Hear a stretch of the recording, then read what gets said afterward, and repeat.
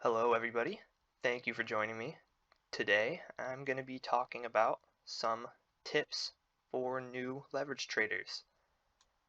If at any point you enjoy this video, find any of this information helpful, or just want to support my channel, please consider hitting the like button, subscribing, and turning on post notifications so you can always be here as soon as I upload videos. Alright, let's get right into this.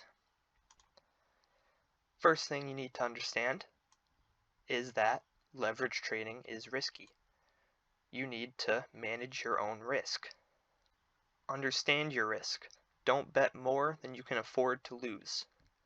You should allocate a small percentage of your total portfolio to your trading account. Most people recommend between 1 and 10%. I would say maybe between 1 and 5%. You don't want to be trading with all your assets, especially if you're new, because that's how you can lose them. Start small and work your way up as you gain experience.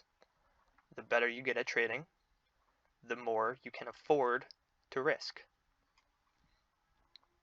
So, the goal is to minimize risk. You can do that a few ways. One of them is by using stop losses, or simply trade with small amounts. Small amounts that if the trade were to go south, then you can afford to lose it. So, stop losses allow you to minimize potential losses, but increase your chances at losing the trade. So, essentially what a stop loss is, it's a cutoff. So, let's say for example you put in a long, and the trade starts going in the negative. It starts going down below your entry position, and you don't want to lose the money that you put into the trade. You can use a stop loss, and you can set it to whatever percent of your trade that you'd be willing to use. So you could set it to take your trade off when it reaches negative 5% or negative 10%. However much you're willing to lose, you can set it to that. But the closer you put your stop loss, the easier it is for you to get stopped out. So you got to remember that. Whereas trading without a stop loss increases the amount you could potentially lose up to 100% if you get liquidated, but gives you some more breathing room. So you should only trade without a stop loss if you're extremely confident in the trade and you're okay with going negative or losing the trade. You should have a strategy, right? Every good trader has their trading strategy. Everyone trades differently, but most successful traders have similarities in their strategy. Utilizing trend lines, using indicators, following money flow and momentum. There are lots of factors that go into people's trading strategy. You should develop your own strategy and stick to it, but also remain elastic. The markets like to switch things up on you as soon as you get comfortable. So, developing your trading strategy is probably one of the most complex parts of trading because there's so many factors that go into it. You just have to try and make a basic strategy for yourself and make it situational. So if so-and-so happens, I'll do this. Nobody has a perfect trading strategy, but lots of people have trading strategies that work. So you have to develop your own trading strategy. Here is a basic strategy that I use. Credit to Jason Casper, great YouTuber. Check him out if you want some more in-depth videos on this strategy, but this is a strategy that I like using. It's worked for me. So, and this is in order. So you're going to want to start by looking for price to go to a support or resistance level. Obviously, you're looking to long off of support and short off of resistances if you think that they're going to get rejected off of them. Next, you want to go to your higher time frames, which would be the 1 hour to 4 hour, Some people like using the 6, 8 hour, whatever works for you. And this is where I use market cipher. And on the higher time frames, I'm looking for momentum waves and I'm looking for the dots.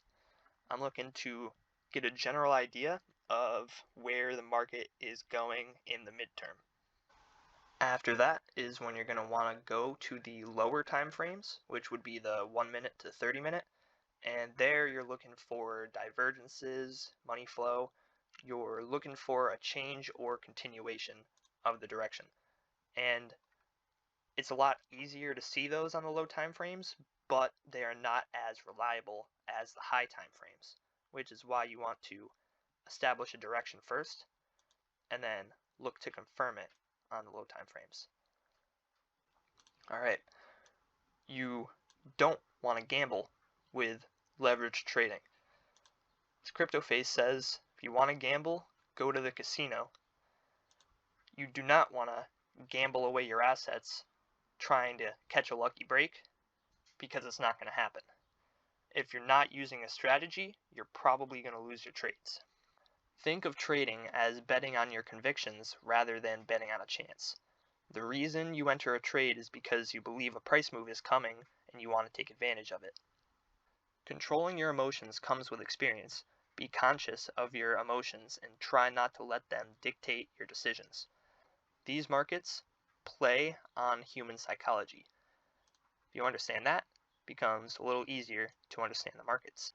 Be careful entering trades based off other people's trades. You can win like that, but if you rely on someone to call out entries for you, you will never grow your skill set. Now, it is great when CryptoFace tweets out that he sees a good entry. Not saying he's telling people to go long there, but it gives a good little insight onto what he's doing, so it can be helpful. But you should not rely on that. Even experienced traders get things wrong sometimes. Even experienced traders lose trades sometimes, which is why it's important for you to manage your own risk, enter your own trades on your own whim, not based off what somebody else says. Be careful. Trading can be a great way to accumulate more assets. It can also be a great way to lose all your assets. This is why you have to start small when you're new to this. Becoming a successful trader does not happen overnight. Does not happen in a week's time. Probably won't happen in a month's time. You just have to keep doing it. You have to keep learning, keep getting better, which is why you want to start very small and work your way up. And like I said, even experienced traders lose trades sometimes. You could win 100 trades, but if you don't stick to the basics, you could lose it all on one mistake. Start slow, keep learning, and make sure you enjoy it. Winning one trade is awesome, but consistently winning can positively affect your path to success. Hodling is a proven method to success. Trading is much more risky and requires your attention, dedication, and patience. So, if you're new to crypto in general, I wouldn't recommend jumping straight into leverage trading. Now, that doesn't mean you can't learn about it, but take your time with it. Learn about crypto first, and then try and learn about leverage. Alright, and these are just some extra tips I thought were very important to say. If you're having a rough day trading and you're getting frustrated, walk away. It's better to miss out on some trades than to lose trades. That's coming from personal experience. Trust me when I say that. After you win a trade, a dopamine release is triggered in your brain. This is something to think about and be conscious of, as it may cause you to get overconfident.